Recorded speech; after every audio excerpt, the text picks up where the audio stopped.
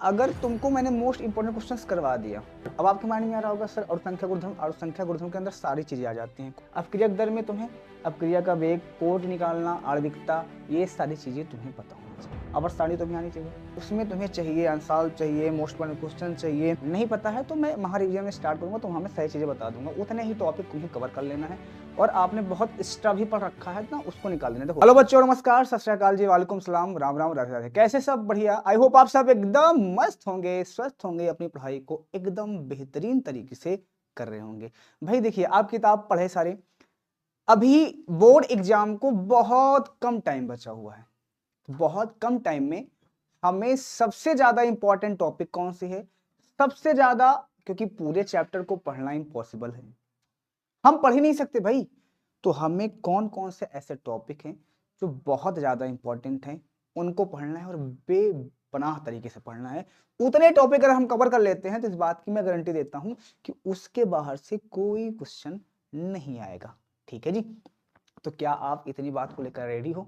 जी, बहुत बढ़िया। सबसे पहले अगर मैं आपसे बात करूं कि आपके पास टोटल चैप्टर कितने हैं, देखिए बहुत ध्यान से सुनिएगा। जितनी बातें बताई जाए इसमें, उस पूरी चीजों को ध्यान से रखिएगा। और अगर आप नए हो तो इतने टॉपिक पढ़ाना है और पढ़ना है, हमको पढ़ाना है और आपको पढ़ना है। देखो, महा रिवीजन वाली क्लास आ रही है, हम केमिस्ट्री बता रहे हैं, बाकी सारे चीजें ऐसे कर देंगे। महा रिवीजन वाली क्लास में सारे एक एक टॉपिक तो हम बताएंगे, लेकिन अगर आपने इन साइड टॉपिक को पढ़ा है तो अंसाल में क्वेश्चन बहुत तरीके से पूछे जाते हैं। क्वेश्चन आने के बाद, यानी आपको टॉपिक तो पता है, उसके टॉपिक पता होने के बाद भी आप उसका आंसर नहीं लिख पाते हो। उसके बाद क्या होता है कि बहुत सारे क्वेश्चन ऐसे होते हैं जिन कॉन्सेप्चुअल होते हैं, माइंड लगाना पड़ता है, और माइंड लगाने पे थोड़ा सा ही आ जाता है, न्यूमेरिकल में प्रॉब्लम आने लगती है, रिएक्शन याद ही नहीं होती, भूल जाते हो। फिजिक्स पढ़ रहे हो, केमिस्ट्री याद आ रही है, केमिस्ट्री पढ़ रहे हो, फिजिक्स याद आ रही है। बहुत सारे प्रोसेस चल रहे हैं आपके साथ में, क्योंकि अब आपके अंदर घबराहट आ गई है कि भाई मेरा एग्जाम बहुत करीब आ गया है, अब मैं क्या करूंगा या करूंगी। सबके अंदर एक माइंड सेट हो चल रहा है। तो महा रिवीजन वाली क्लास में तुम्हें टेंशन नहीं लेना है। महा रिवीजन वाली क्लास में पूरा शुरू से लेकर एक बार में 5 चैप्टर, एक बार में 5 चैप्टर खत्म कर देंगे, और पूरा सिस्टम आपका बढ़िया हो जाएगा। ठीक है जी? एक चीज और बता दूं, थोड़ा टाइम लूंगा। मोस्ट इंपॉर्टेंट क्वेश्चंस के चक्कर में अभी नहीं पढ़ना, जितने भी लोग मोस्ट इंपॉर्टेंट क्वेश्चन करवा रहे हैं। तो एक चीज मैं बता दूं, मोस्ट इंपॉर्टेंट क्वेश्चंस हमेशा एक्सपीरियंस से बनाए जाते हैं। मतलब एक्सपीरियंस ये होता है कि अगर तुमको मैंने मोस्ट इंपॉर्टेंट क्वेश्चंस करवा दिया तो जरूरी नहीं है कि क्वेश्चन उसी में से पढ़े या उसी में से आए। लेकिन अगर हमने पूरे टॉपिक को पढ़ा दिया है तो वो क्वेश्चन कहीं से पूछे तो पढ़कर ही पेपर देने जाओ, रट कर मत जाओ। समझ गए मेरी बात? अगर आप क्वेश्चंस को करना सीखते हो, जब हम किसी भी टॉपिक को पढ़ाते हैं ना, उसके बाद क्वेश्चन करवाते हैं, क्योंकि टॉपर देना है। और कितने लोगों ने ये टॉपिक जो मैं बताने जा रहा हूँ कर लिया है, कमेंट करके बताना। नहीं किया है तो ये जरूर बताना कि महा रिवीजन के लिए आप तैयार हो कि नहीं तैयार हो। और एक चीज खुल के बताना, क्योंकि ये महा रिवीजन ही लास्ट क्लास है, क्या क्या उसमें तुम्हें चाहिए, आंसर चाहिए, मोस्ट इंपोर्टेंट क्वेश्चन चाहिए, कि पूरे कॉन्सेप्ट प्लस पीवाईक्यू चाहिए, क्योंकि इसके बाद क्लास नहीं आएगी, ये लास्ट क्लास है। समझ गए बातें? चलिए स्टार्ट करते हैं। सबसे पहले आपके पास चैप्टर कितने हैं जी? ये आपके पास 10 चैप्टर हैं। ठीक है? ये 10 चैप्टर आपके पास हैं। इस 10 चैप्टर में से एक चीज का विशेष ध्यान देना है। इस 10 चैप्टर में से एक चीज का विशेष ध्यान देना है, जैसे बिलियन हो गया। बिलियन हो गया तो इसमें हमें सबसे जो मोस्ट इंपॉर्टेंट टॉपिक है, ठीक है, इसमें मुझे राउल के नियम से सारे टॉपिक को पढ़ लेना है, राउल के नियम वाला है। ठीक है? और संख्या गुणधर्म सारे पढ़ लेना है, और संख्या गुणधर्म सारे पढ़ लेने हैं। उसी के बेस पे न्यूमेरिकल आता है, उसी पे बेस्ड न्यूमेरिकल आता है पूरा। इस बात का आप ध्यान देना। ठीक है? उसी के बेस्ट और संख्या गुणधर्म। और क्या होता है जी? मोलरता, मोलरता, मोललता, ये सारी चीजें, इस सारे कॉन्सेप्ट को हमें पढ़ लेना है, क्योंकि मोललता मोललता यहाँ पे भी यूज आती है। और संख्या, ठीक है, गुणधर्म होता है। ठीक है जी? और क्या होता है? और संख्या गुणधर्म के बाद क्या होता है जी? मोल अंश होता है, मोल अंश होता है। ये सारी चीजें तुम्हें अच्छे से आनी चाहिए। और एक इसका बहुत ज्यादा इंपॉर्टेंट टॉपिक है, हेनरी का नियम। इतने टॉपिक तुम्हें क्लियर है क्या?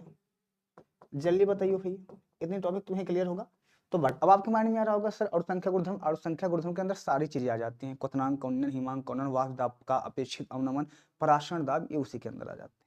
ठीक है भाई? इतनी चीजें होनी चाहिए। वैद्युत रासायनिक और बल गति, देखो यहाँ पे वैद्युत रसायन और रासायनिक बलगत के 2 चैप्टर हैं, ये दोनों फिजिकल केमिस्ट्री हैं भाई, तीनों, पहला चैप्टर और ये तीसरा है, माफ करना, ये तीसरा चैप्टर है, कंप्यूटर में होने की थोड़ी सी मिसअंडरस्टैंडिंग है, ठीक है जी, वो 2 है, यहाँ से ये 2 है, यहाँ से ये तीसरा चैप्टर है, ये तीनों तुम्हारे भौतिक रसायन है, और इन तीनों में तुम्हें क्या पढ़ना है मैं पहले बताता हूँ। वैद्युत रसायन में तुम्हें क्या पढ़ना है इस बात का समझो, वैद्युत रसायन का इतना ही पढ़ना है इस पे, उसके बाद फिर तो अनसॉल्व करवा रहे हैं, PYQ करवा रहे हैं, सारी चीजें करवा रहे हैं, जहां पे जो चीज में तुम्हें प्रॉब्लम आ रही होगी आप हमें खुल के बताओगे, और सारे कमेंट को मैं देखता हूँ, और उसी कमेंट के बेस पे मैं क्लासेस लेकर आता हूँ, तो तुम्हें सारी चीजों को देखना है अच्छे से, उसी के बेस पे क्लासेस लेकर आता हूँ, उसको करना है और कुछ भी नहीं करना है, ठीक है भाई।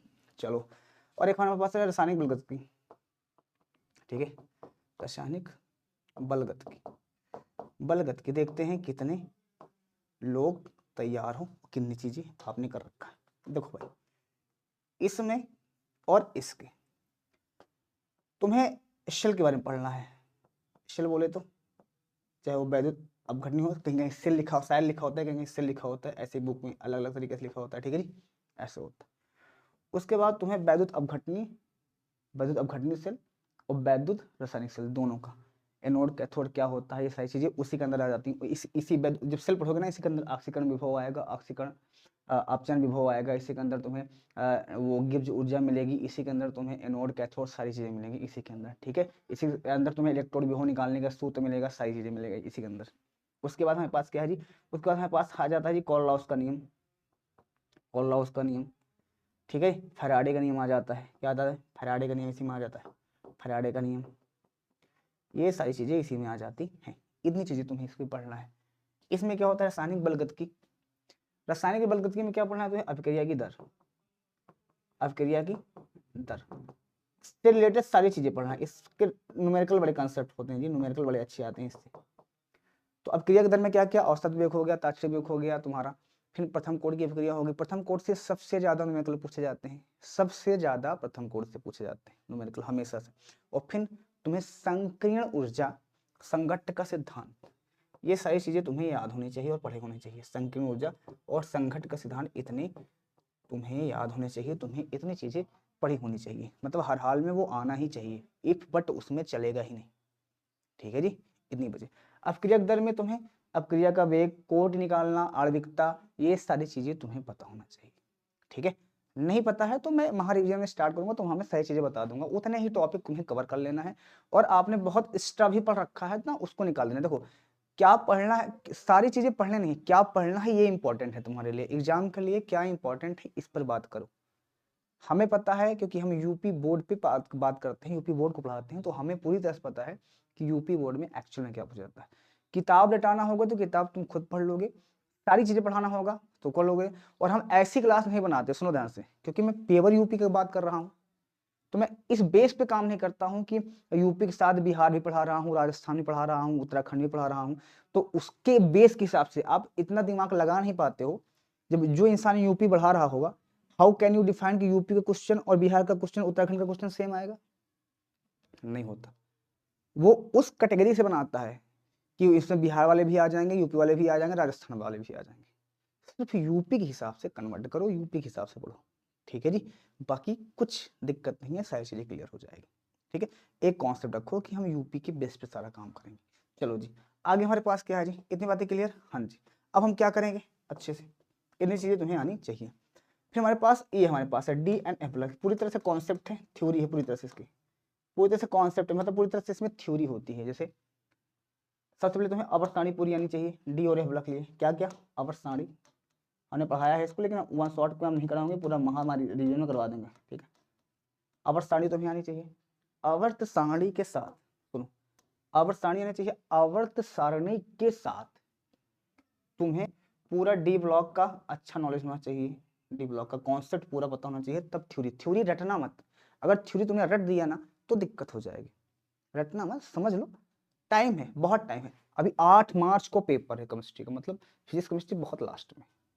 अभी अगर आपको बायोलॉजी, देखो एक सिंपल सी बात है, बायोलॉजी आ रही हो, फिजिक्स आ रही हो, केमिस्ट्री, जो सब्जेक्ट आ रहा है उसमें टाइम कम दो, जो नहीं है तो ऑटोमेटिक सब्जेक्ट कम हो जाएंगे। जैसे हिंदी इंग्लिश तुम्हें आ रही हो तो बाकी 3 पे दे लो काम, केमिस्ट्री आ रही है तो केमिस्ट्री को छोड़ दो अभी, बाकी और सब्जेक्ट पे ध्यान दे लो। फिजिक्स आ रही है उसको छोड़ दो, बाकी और सब पे ध्यान दे लो। इंग्लिश आ रही है, बाकी सबको छोड़ दो। तो कुछ सब्जेक्ट ऐसे हैं जो तुम्हें आ रहे हैं, तो उसको निकाल के फिर आगे काम करो ना, तब सही हो जाएगा मामला।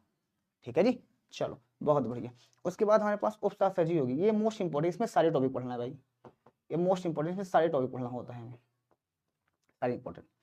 यहाँ से यहाँ तक सर 13 नंबर का बनता है, और ये 2 चैप्टर का सर 22 नंबर का बनता है। ठीक है जी, हाँ।